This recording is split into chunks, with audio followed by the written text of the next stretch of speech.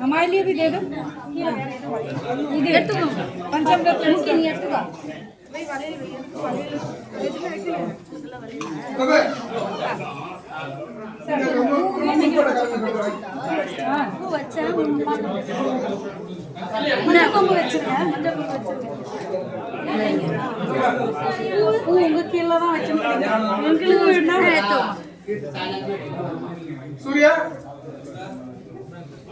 super miss